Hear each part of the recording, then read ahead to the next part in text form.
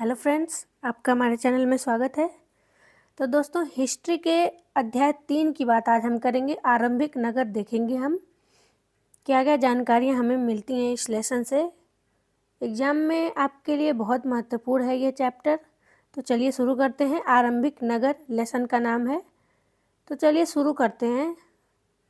दोस्तों देखिए, जसपाल और हरप्रीत के घर से ये कहानी शुरू होती है। तो शुरू करते हैं। पुराने भवन का संरक्षण। जसपाल और हरप्रीत अपने घर के पास की गली में क्रिकेट खेल रहे थे। उन्होंने देखा कि कुछ लोग उस खंडहर की तरफ तारीफ कर रहे हैं, जिसे गली के बच्चे भूतहा घर कहा करते थे। एक ने कहा, इसकी वास्तुकला को देखो। वास्तुकला आप नॉर्मल भाषा में समझिए, उसकी डिज़ाइन वो कहे उन्होंने कि ये डिज़ाइन कितनी अच्छी है। वहाँ के लोकल लोग इसलिए उसे भूतहा कहते रहे होंगे उस जगह को, क्योंकि वो क्या है, वहाँ कोई नहीं जाता होगा, खंडहर जैसा दिखता होगा, घास हो गए होंगे काफ़ी साफ वगैरह, जहाँ कोई नहीं जाता, साफ सफाई नहीं होती है, तो वो खंडहर गांव के लोगों के लिए हो गया होगा। लेकिन जब उस नज़र से देखने वाले लोग वहाँ आएंगे तो वही कहा जाता है कि एक हीरे की परख जौहरी ही जानता है। तो दोस्तों, वो लोग क्या बोलते हैं कि इसकी वास्तुकला को देखो। ठीक है, तो क्या आपने कहीं लकड़ी पर इतनी सुंदर नक्काशी देखी है? एक और महिला कहती है कि लकड़ी पर नक्काशी की गई थी। वहाँ पे जो भी चीज़ उन्होंने देखा खंडहर में, तो उस पे जो नक्काशी थी, जो इतने डिजाइन बने थे, वे किस पे बने थे दोस्तों? लकड़ी पर बनी थी। तो हमें मंत्री जी को पत्र लिखना चाहिए और कहना चाहिए कि वह इस खूबसूरत घर को सुरक्षित रखने के लिए इसकी मरम्मत कराने की व्यवस्था करें। तो दोस्तों, जितनी भी चीज़ें प्राचीन समय में पाई गई हैं, उन सब की मरम्मत कराकर उसे संग्रहालय के तरीके से रख दिया गया है। उसका रख रखाव भी हो रहा है और लोग देखने भी जाते हैं, दूर दूर से लोग देखने भी आते हैं। तो ऐसी चीज़ें हमें खुदाई से भी प्राप्त हुई हैं और कुछ जगहों का पता लगाया गया है। ठीक है, तो दोस्तों ये है, इस कहानी में अब हम देखते हैं हड़प्पा की कहानी। तो यह सब सुनकर जसपाल और हरप्रीत सोचने लगे कि इस पुराने खंडहर से लोगों को इतना लगाव क्यों हो रहा है। अब यहाँ से उनकी क्यूरियोसिटी बढ़ती है। अब आगे हम देखते हैं, हड़प्पा की कहानी शुरू होती है। तो चलिए दोस्तों, गौर से देखिए, सुनिए, और जहाँ भी इम्पोर्टेंट दिखेगा आपको हम बता देंगे, आप नोट्स बनाते चलिए साथ साथ। तो चलिए दोस्तों, देखते हैं। अक्सर पुरानी इमारत अपनी कहानी बताती है। लगभग 150 साल पहले जब पंजाब में पहली बार रेलवे लाइनें बिछाई जा रही थी, तो इस काम में जुटे इंजीनियरों को अचानक हड़प्पा पुरास्थल मिला, जो आधुनिक पाकिस्तान में है। उन्होंने सोचा कि यह एक ऐसा खंडहर है जहां से अच्छी ईंटें मिलेंगी। यह सोचकर वे हड़प्पा के खंडहरों से हजारों ईंटें उखाड़ ले गए, जिससे उन्होंने रेलवे लाइनें बिछाईं।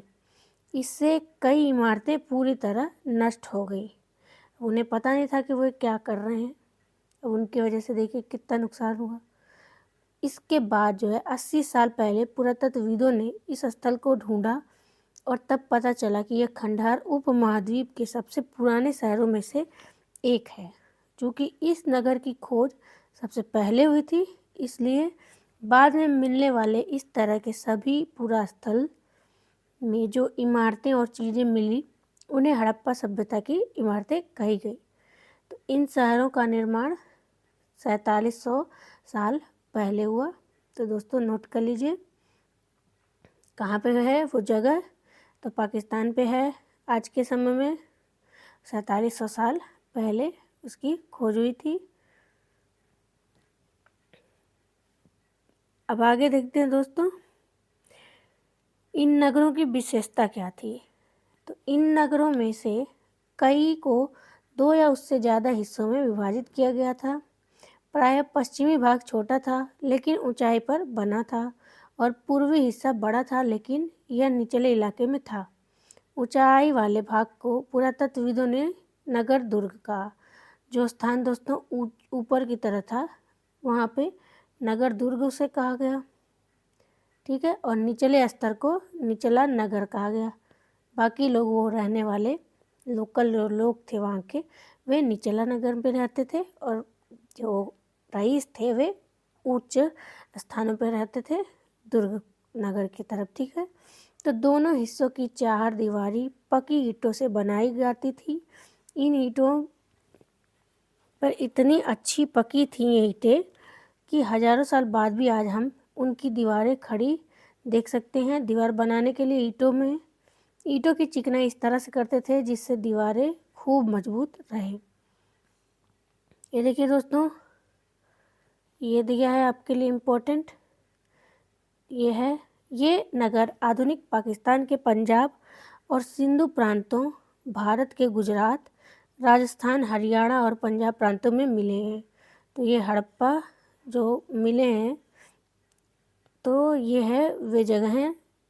ठीक है, तो लिख लीजिए, पाकिस्तान के पंजाब, सिंधु प्रांतों, भारत के गुजरात, राजस्थान, हरियाणा, पंजाब प्रांतों में। ठीक है, इन सभी स्थलों से पुरातत्वविदों को अनोखी वस्तुएं मिली हैं, जैसे मिट्टी के लाल बर्तन।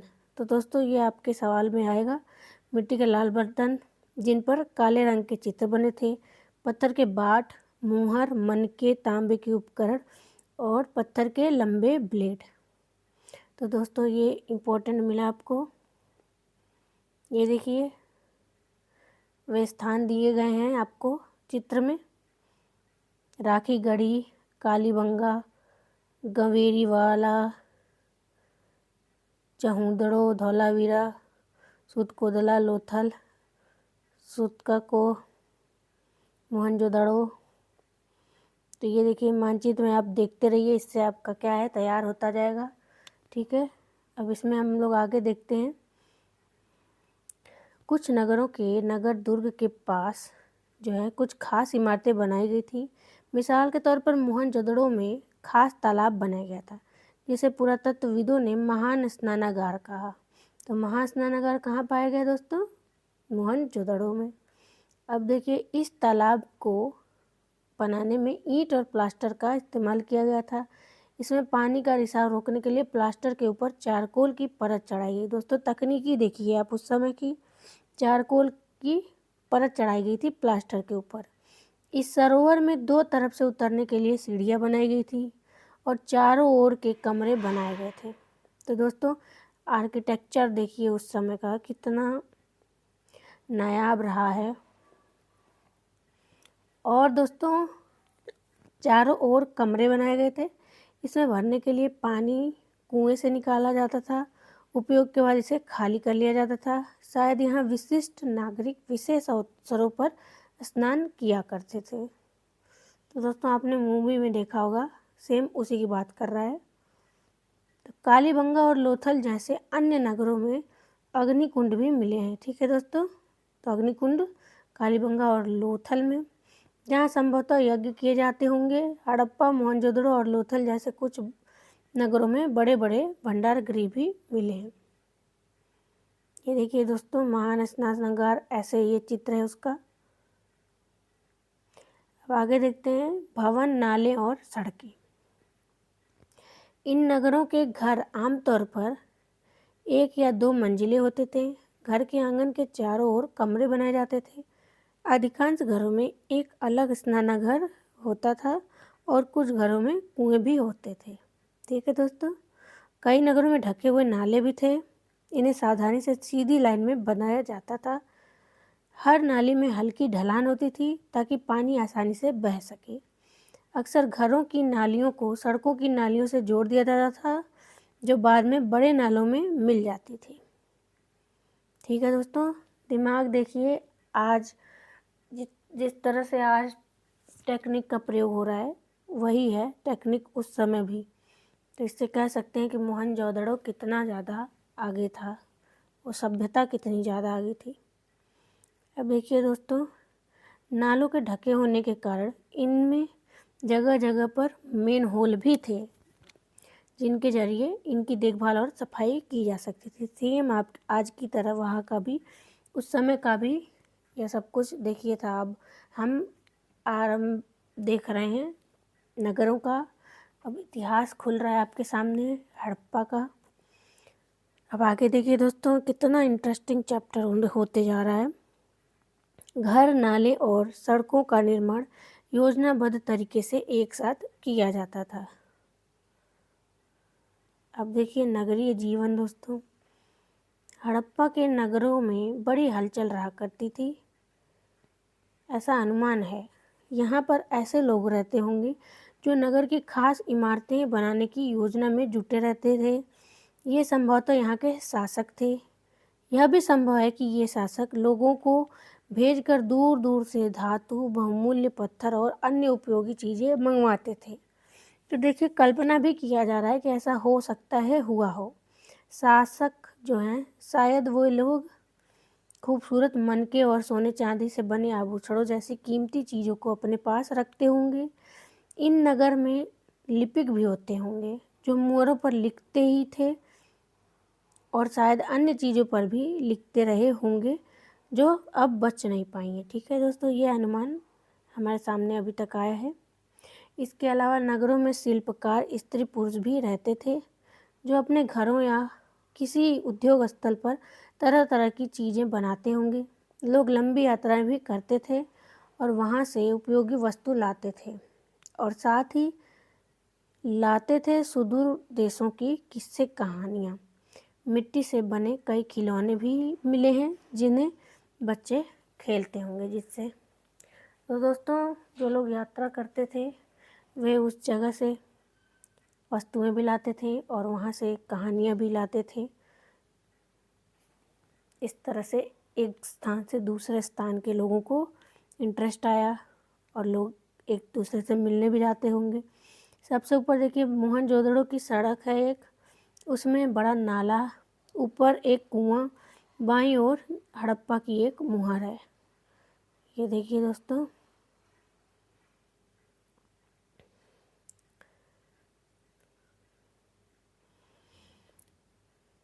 यह चित्र आप देखिए दोस्तों, ये सब मिला है। पकी मिट्टी के ये खिलौने भी आपके सामने हैं। अब देखिए नगर और नए शिल्प। आओ अब कुछ ऐसी चीज़ों के बारे में अध्ययन करें जो हड़प्पा के पत्थरों से प्राप्त हुई।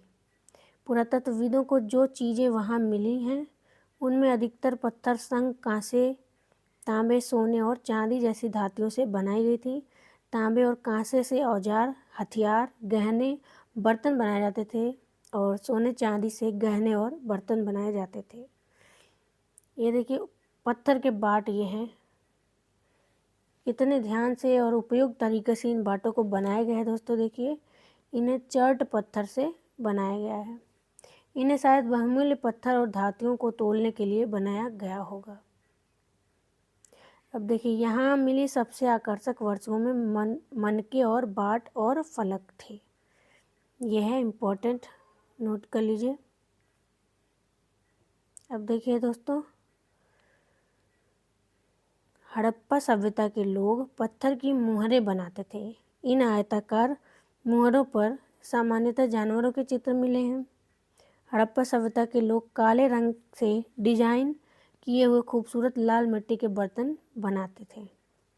ये सब चित्र आपको मिलेगा आगे। अब देखिए दोस्तों संभवतः 7000 साल पहले मेहरगढ़ में कपास की खेती होती थी। मोहनजोदड़ो से कपड़े के टुकड़े के अवशेष, चांदी के एक फूलदान के ढक्कन तथा कुछ अन्य तांबे की वस्तुओं से चिपके हुए मिले हैं। पकी मिट्टी तथा फेयंस से बनी तकलियाँ सूत कताई का संदेश भी देता है, यानी कि उस समय सूत कताई का भी काम होता था। तो ये सब कार्य देखिए आपके सामने आया अभी तक। कितना इंटरेस्टिंग डेवलप्ड वो सब समय रहा है।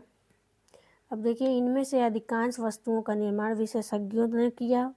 विशेषज्ञ उसे कहते हैं जो किसी खास चीज़ को बनाने के लिए खास प्रशिक्षण लेता है, जैसे पत्थर तराशना, मनके चमकाना या फिर मुहरों पर पच्चीकारी करना आदि। अभी आगे हम चित्र देखेंगे।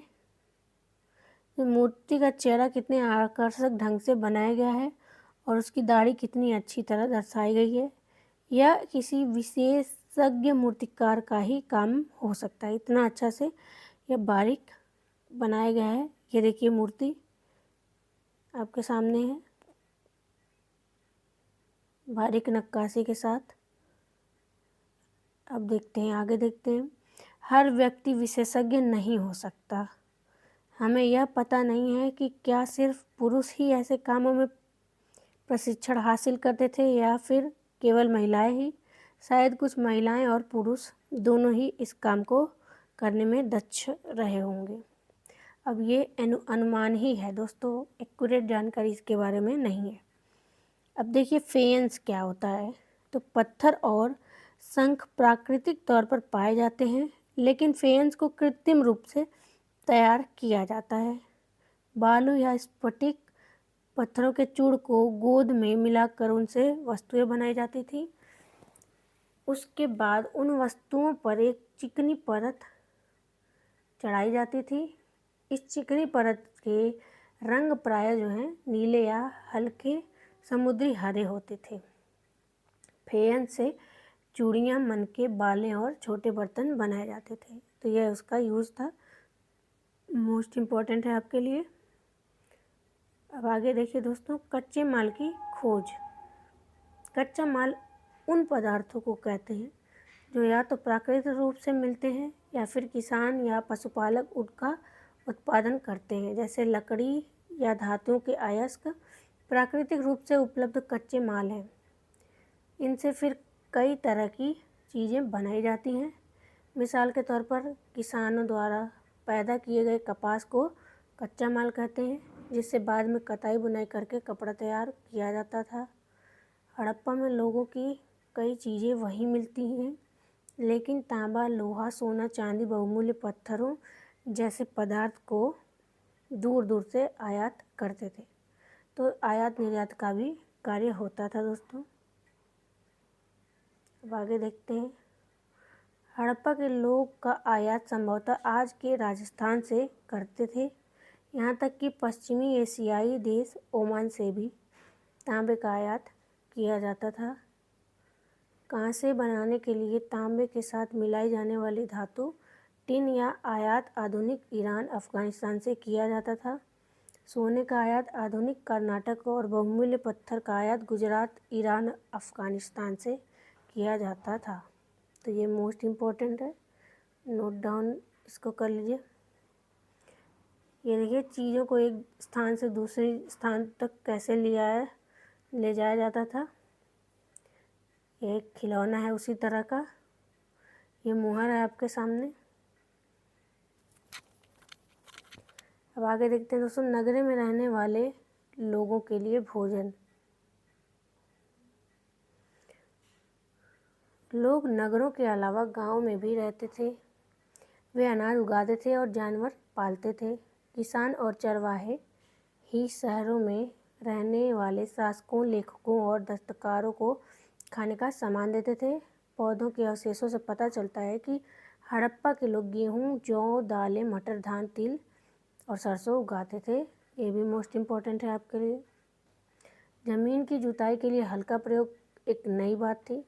हड़प्पा के जो हल थे वे तो नहीं बच पाए, क्योंकि वे प्राय लकड़ी से बनाए जाते थे, लेकिन हल के आकार के खिलौने ज़रूर मिले हैं। इस क्षेत्र में बारिश कम होती थी, इसलिए सिंचाई के लिए लोगों ने कुछ तरीके अपनाए होंगे।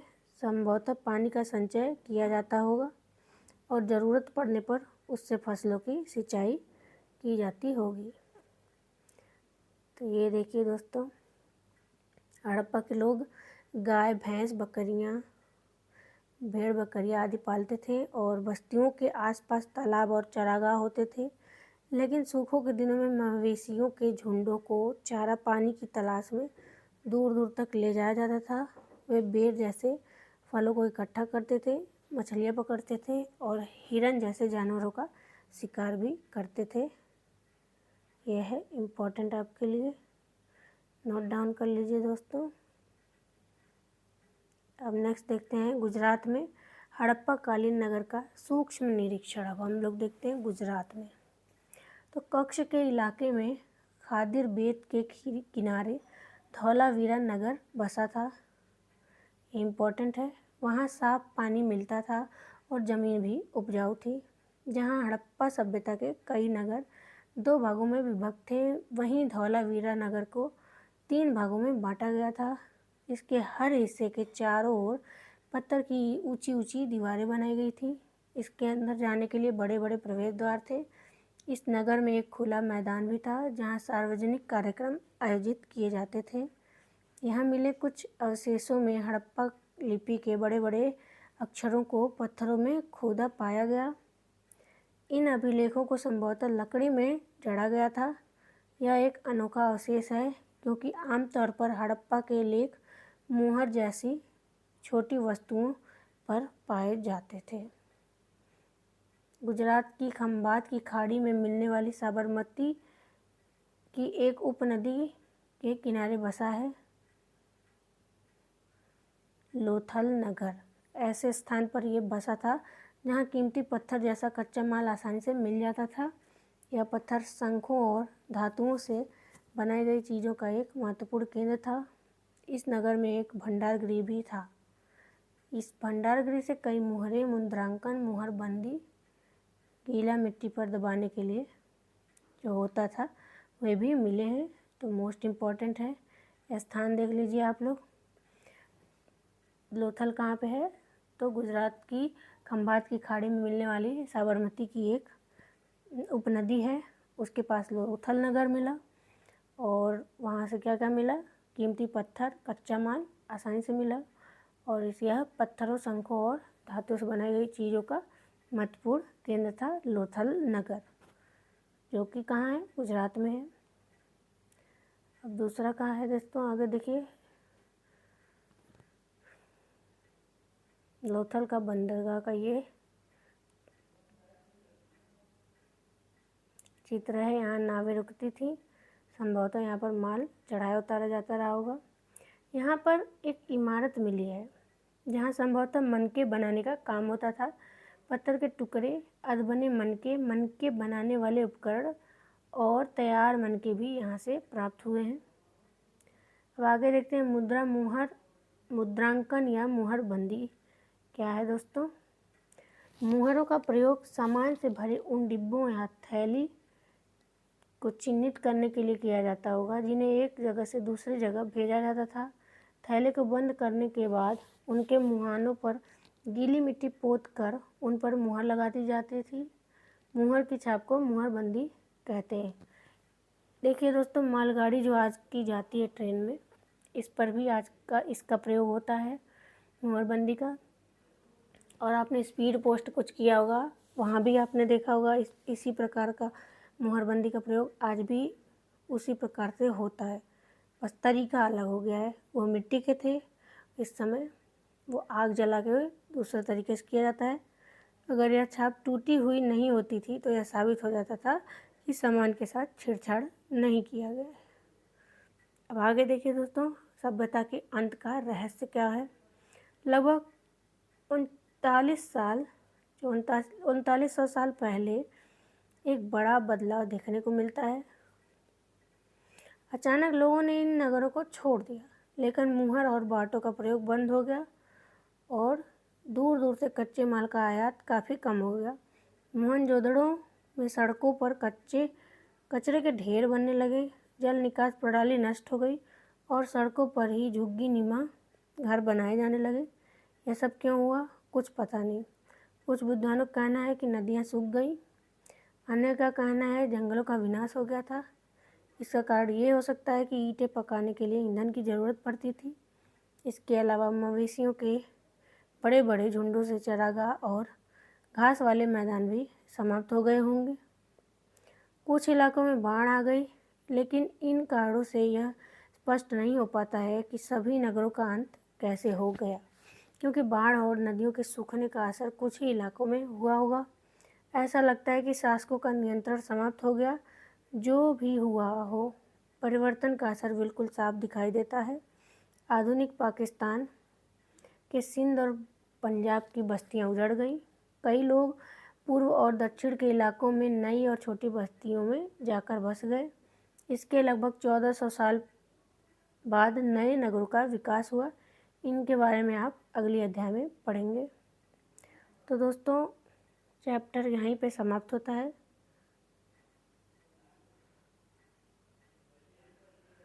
उपयोगी शब्द देख लीजिए। ये क्वेश्चन आप हल करने की कोशिश करिएगा, आपके लिए इम्पोर्टेंट है। महत्वपूर्ण तिथियाँ कुछ हम लोग नोट कर लेते हैं। मेहरगढ़ में कपास की खेती लगभग 7000 साल पहले। नगरों का आरंभ लगभग 4700 साल पहले। हड़प्पा के नगरों का अंत की शुरुआत लगभग 39 साल पहले, 3900 साल पहले। अन्य नगरों का विकास जो है 2500 साल पहले हुआ। तो दोस्तों आप हमारे साथ ऐसे ही जुड़े रहिए। वीडियो आप पसंद आ रहा हो तो लाइक शेयर सब्सक्राइब करिए। दोस्तों मिलते हैं नेक्स्ट वीडियो में। आज का वीडियो देखने के लिए धन्यवाद।